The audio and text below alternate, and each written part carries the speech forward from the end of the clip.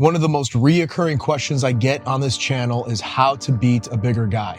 Now, for full transparency, I'm not a small guy. I'm not a giant either. I'm 5'11", 210 pounds. I'm in pretty good shape. So, when I compete, the lightest I've competed was light heavyweight. With that being said, I still come across bigger guys, and I definitely have things I like to deploy against bigger people that work. Now, based on your physiology, you may have to deliver different techniques, but the overall concepts that we're gonna talk about will work no matter how small you are. And just a quick heads up before we start, guys, obviously my training partner Shane here that I'm using in my examples is smaller than me. He will represent the bigger opponent in these examples. And we're only doing that because it's easier to describe my movements from my own point of view, because I wanna give you accurate information.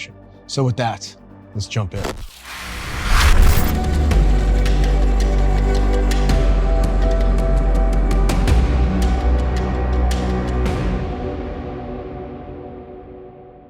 The first thing you're gonna want to avoid if you're a smaller guy going against a bigger guy, especially in a competition, is to avoid poor takedown attempts. So often I see people try to shoot in for a double leg. They don't commit to the double leg. They end up stopping on their knees and then they get flattened out, okay? This is something that happens so often. It's so frustrating to watch because I have a wrestling background and that is something that we cover. And honestly, you'll see wrestlers even do this. Guys that don't have a lot of years under their belt, they shoot in for whatever reason, they lose confidence and then they stop on their knees. You are not committing. If you're not gonna commit to the takedown, do not shoot. Do not do that, okay? Especially in a tournament. By all means, make those mistakes in training, but on the competition floor, we gotta tighten that up. What do I mean by committing? When you commit to a takedown, you're married to that takedown. You are seeing that takedown through till the very end. No stopping, 25%, 50% of the way in, you hit your takedown and then you drive through. Oftentimes we see this in double legs. And as you can see in this example, this is exactly what I see. People normally don't have the double leg down pat. They shoot in, arms extended, head down. They shoot from too far away and they don't drive through their opponent. What ends up happening is the bigger opponent ends up dropping their weight on you, smashing you to the mat, flattening you out, and then you're in trouble because you're under a bigger person. So what I don't want to see is you lacking commitment halfway through. No one wants that, right? You initiate that takedown, you get a hold of your opponent, and if you have to, you drive through even by running. Whatever you do, you cannot stop right there at your opponent's feet. As you can see in this example, I'm utilizing a variation of a double leg takedown with a leg wrap. Now I like this one because it's very easy to commit to. You trap that leg, as you can see, once I initiate the shot, and it's hard for him to sprawl backwards because that leg is trapped. If you need to utilize this variation, by all means do it. Obviously, a standard double leg, if you don't get your hands low enough on their calves, they will be able to backpedal, they will be able to sprawl. So you have to be able to at least isolate one leg when driving through, and this will make your takedown process so much easier. Now, one of the things you can do from the standing position if you don't feel comfortable with takedowns is to bait your opponent into trying to take you down instead. In the 9 years I've been training Jiu Jitsu, being a brown belt, I would say from my point of view, with my own experience and seeing others, that people are usually more comfortable sprawling back when someone shoots on them rather than shooting in on someone else. So this could be a good option. It's a little bit of a waiting game and you're obviously allowing your opponent to set things up, which can be dangerous. But if you practice your sprawls, it allows you to stay on top, and it also gives you access to the back. Being that we're in the gi today, I'm gonna show you a couple takedowns that usually work really well for me against bigger guys. Example number one is a snap down. What I like to do is I like to take same side grip. So if I'm hunting his right lapel, my left side, I'm reaching forward with my left hand to get that grip. Once I have that established, I'll fight my right hand through and get a baseball style grip on his lapel. If I take my hands away from his gi, you can see that it's one hand above the other, just like I'm holding a baseball bat, okay? Not to be confused with the baseball bat choke. Once I've established this grip, you have to pay attention to your opponent's posture. If they're standing straight up, this probably won't work. All right, so what I like to use is push-pull theory, which is something that we use in wrestling. If I push into you, you'll probably push back. If I pull you, you'll probably pull back, trying to maintain equilibrium. Well, we can use this same theory in setting up this takedown. So as you can see here, I have a two-handed grip on that lapel. I will push into him, which hopefully incites him to push back into me. Once he pushes back into me, I'm using a lot of my strength and snap down power to snap him down to the ground. Ideally, if I can get his hands or his head to the mat, that really puts me in a dominant position. But again, really wanting to send this idea home that you have to pay attention to your opponent's posture. Standing straight up, probably not gonna work. Where it does work, if your opponent's tired, he's hinging at the hips, he's leaning forward, he's planting his hands on his knees, right? That's a good option. Or using the push-pull to set this thing up. You put this thing in motion and it's really hard to stop. I tend to save this one for competing unless I know I'm with a training partner who's okay with having a bit more of a rough ride. You gotta use good common sense when it comes to your etiquette in the gym. You know, this is something that could make or break your reputation. And if you have a bad reputation, nobody's gonna wanna train with you, right? And that doesn't help you at all. So pay attention to who you're with. If you're with someone who's brand new, or you're with a really small person, or like a really small woman, maybe you're not full sending this thing, okay? Maybe you do 50% just to get the rhythm down, to get the feel down. Or you train with someone who's cool with it, someone who likes to be a bit more aggressive, and this will be totally fine, and you get to learn it that way. Just be mindful of who you're with, because if you break your toys, you're not gonna have anything to play with. Now, the other example I've seen called by many names, essentially it's a drag trip. If you guys know it by a certain name, drop it in the comments below. Love to see what you guys are calling this. It's always fun to see what different schools call different things. With that being said, same setup as earlier. I try to fight for same side grip. I'll reach forward with my left hand, get that lapel. Now what I'm gonna do is I'm gonna reach forward with my right hand, also get a grip on that lapel. At this point, for a brief second, when both my hands are on that lapel, I will step to the left because that's the lapel I grabbed. You're always stepping to the direction of the lapel you grabbed. So if you grab your right, you're stepping to the right. In this example, you see me grabbing my left side, his right lapel, but my left side, so I'm stepping to the left. Once I have both hands on that lapel, I release my first hand, my left hand, and I step to the left. As I step to the left, with a lot of strength and power, I will pull him to the ground as I drop my weight down. And as you can see in this example, as I'm getting closer to the mat, I'm also rotating my hips towards him because I am preparing to take his back the second he touches the mat. This one will work on people who are standing straight up, and usually it works on bigger people. And I think the reason for that is just because when you're smaller than someone, you have a lower center of gravity. Both variations of this takedown are really great because you don't expend a lot of energy doing them. If you mess them up, you're not gonna be at a bad position. And if you do them successfully, you will be in a great place to ascertain dominance. Plus, they're a little bit easier to do proficiently than something like a double leg or a single leg, which takes a lot of practice. You know, I wrestled for years, and sometimes I'm not comfortable with my double legs or single legs.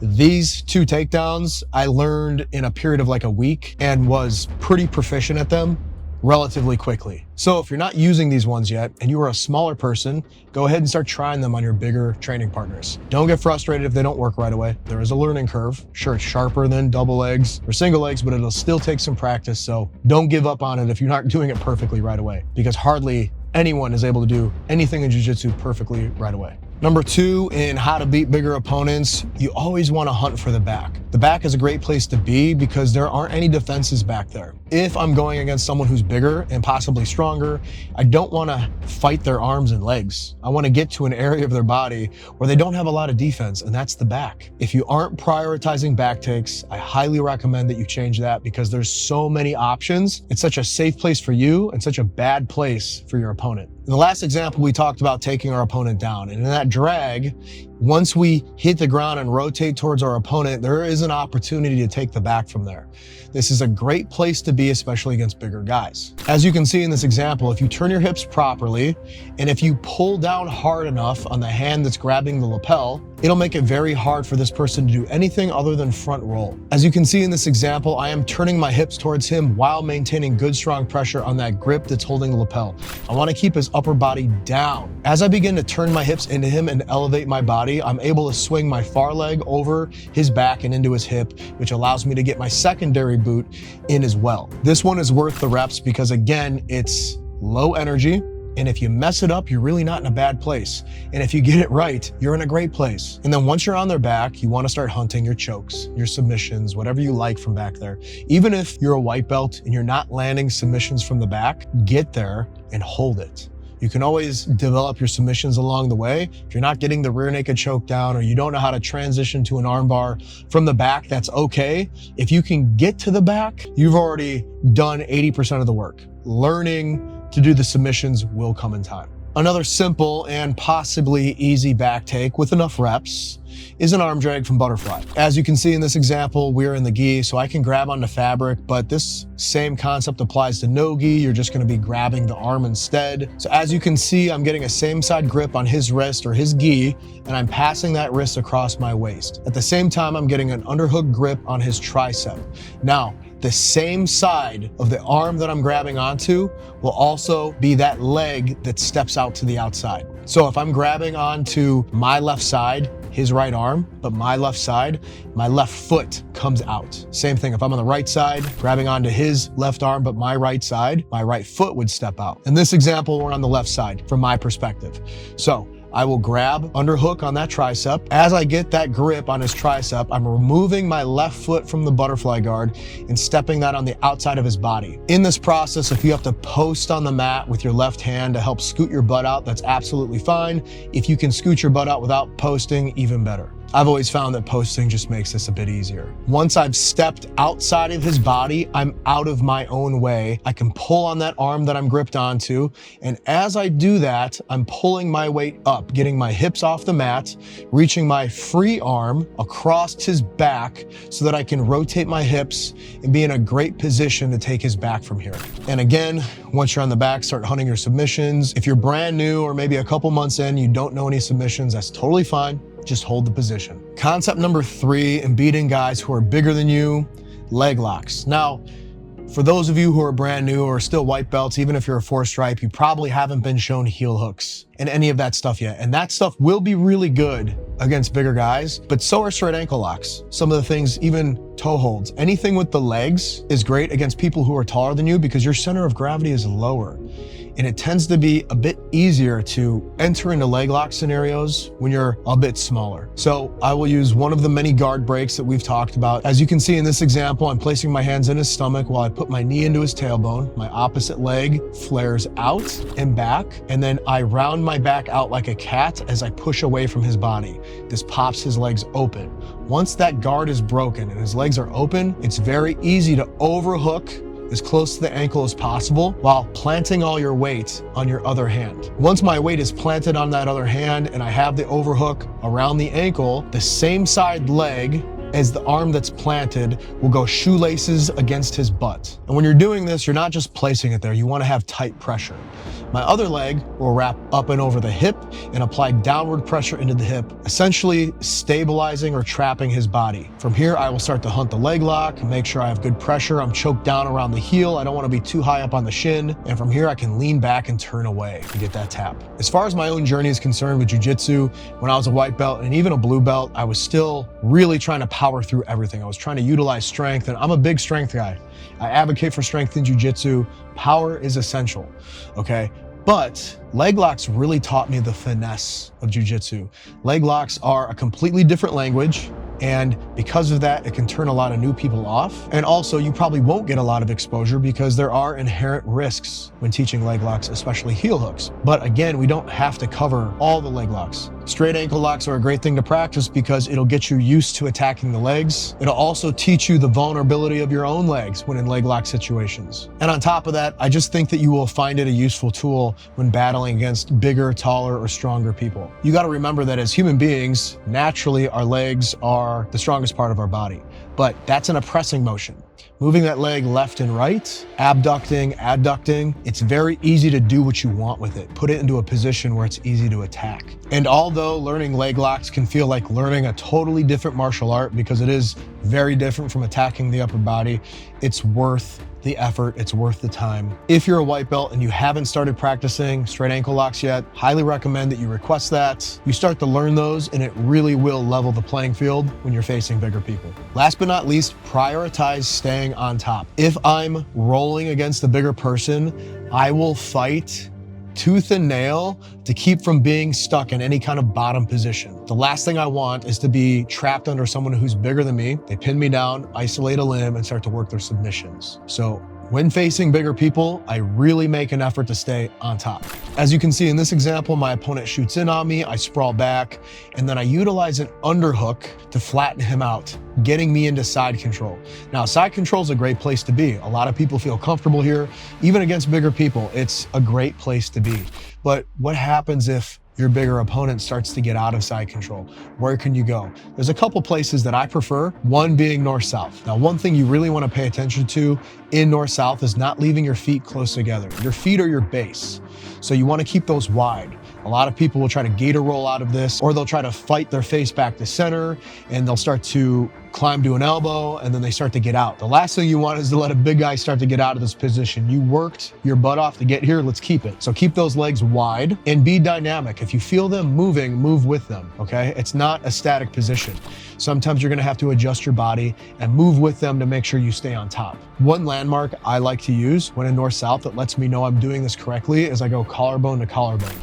If I go chest to chest, I'm a little bit too high, and it's gonna be a bit easier for him to roll me. If I sit my weight back, go collarbone to collarbone, and keep my legs wide, and I keep a tight grip on that neck and head, not only can that turn into a choke, the north-south choke, but even without the choke, it's a very difficult position to get out of. One thing I really like about this position is that it doesn't take a lot of energy to maintain it. It's a great resting place. He has to do all the work to get out. It takes very little to maintain it, and if he does start to escape, you're not in a bad position.